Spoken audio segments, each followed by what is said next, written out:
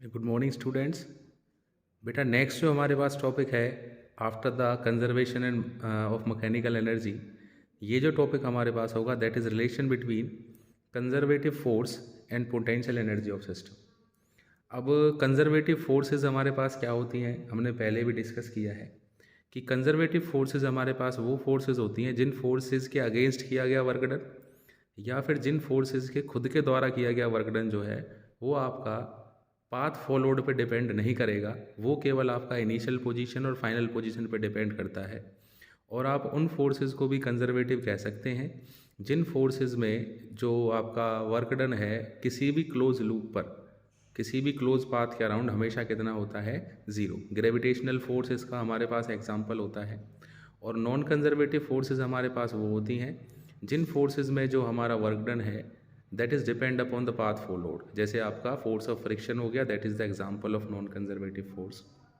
तो इस टॉपिक में हम बात करेंगे कि जो कंजर्वेटिव फोर्सेस होती हैं और जो पोटेंशियल एनर्जी होगी किसी भी सिस्टम की, उनके बीच में हमारे पास रिलेशन क्या होता है कि what is the relation between conservative force and potential energy of a system. अब मैं सपोज़ करता हूँ यहाँ पर इस कंडीशन के लिए कि हमारे पास यहाँ पर कोई एक कंजर्वेटिव फोर्स है। लेट अस सपोज कि कंजर्वेटिव फोर्स हमने मान ली एफ, हमारे पास एक कंजर्वेटिव फोर्स है और इस कंजर्वेटिव फोर्स को मैं किसी एक बॉडी पर अप्लाई करता हूँ। मान के चलिए यहाँ पर एक ऑब्जेक्ट हमारा है और इस ऑब्जेक्ट के ऊपर मैंने ये कंजर्वेटिव फोर्स लगाई है और इस कंजर्वेटिव फोर्स को लगाने से जो ऑब्जेक्ट है वो अपनी इनिशियल पोजीशन से किसी final position delta x displacement से वो डिस्प्लेस्ड होता है। मतलब उसने जो डिस्प्लेसमेंट करी है कंजर्वेटिव फोर्स अप्लाई करने के बाद वो हमारे पास डेल्टा एक्स है।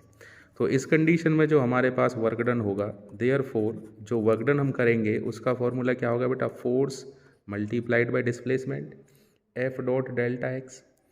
अभी हमने मैकेनिकल एनर्जी कंजर्वेशन जो देखा उसमें हमने क्या पढ़ा था कि भाई जो हमारे पास पोटेंशियल होता है, जो पोटेंशियल एनर्जी होती है उसका जो चेंज होता है that is always equal to negative of work done.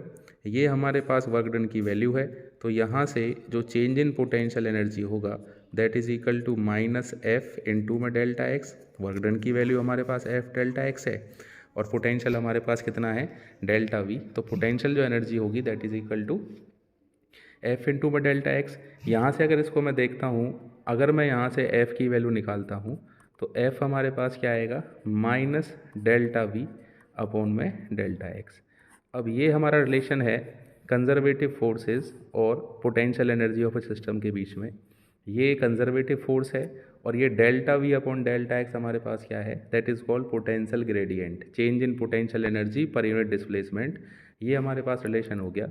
अब इस रिलेशन को थोड़ा हम चेंज कर सकते हैं कि अगर आप कंडीशन देखें, इफ़ लिमिट, अगर आप लिमिट लगा दें कि जो डेल्टा एक्स है that is tending towards the zero, मतलब जो आपकी डिस्प्लेसमेंट है वो बहुत ज़्यादा स्मॉल है, लगभग लगभग वो हमारे पास जीरो है, तो आप इस रिलेशन को जो हमारे पास है delta V upon delta X, इसको आप लिख सकते हैं डी वी अपॉन में डी एक्स। ठीक है जी, change in displacement per unit, sorry change in potential energy per unit displacement. मगर ये केवल कब पॉसिबल है, जब आपकी कंडीशन क्या हो कि जो लिमिट हमने लगा दी कि भाई जो डिस्प्लेसमेंट है that is nearly equal to zero. तो अगर मैं यहाँ पर इस कंडीशन में लिमिट अप्लाई कर देता हूँ कि जो डेल्टा एक्स है that is tending towards the zero, तो रिलेशन बनेगा F is equal to minus D V upon में डी एक्स। तो this is the relation between conservative force and potential energy of a system. किसी भी system की जो potential energy है उसके बीच में और कंजर्वेटिव फोर्स का ही रिलेशन हमारे पास होता है, जिसमें हम क्या देखते हैं कि जो कंजर्वेटिव फोर्सेस होते हैं वो नेगेटिव ऑफ पोटेंशियल एनर्जी के ग्रेडियंट के बराबर होते हैं। और पोटेंशियल एनर्जी का ग्रेडियंट क्या है, change in potential energy per unit displacement.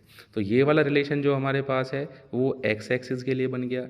अगर आप इस रिलेशन को वाई एक्सिस के लिए लिखना चाहते हैं तो वाई एक्सिस के लिए क्या लिख सकते हैं आप इसको, F Y is equal to minus D V upon में D Y. F Z is equal to minus D V upon में डी जेड। तो ये हमारे पास रिलेशन होता है किस किस के बीच में, कंजर्वेटिव फोर्सेस और पोटेंशियल एनर्जी जो होगी सिस्टम की उसके बीच में। तो तो आज का हमारा जो टॉपिक था छोटा सा वो यही है कि किस तरीके से किसी भी सिस्टम पे लगने वाली कंजर्वेटिव फोर्स और उस सिस्टम की जो पोटेंशियल एनर्जी होती है वो एक दूसरे से कैसे रिलेट करती है। ओके बेटा, थैंक यू सो मच, और चैनल को प्लीज़ लाइक और सब्सक्राइब ज़रूर करें।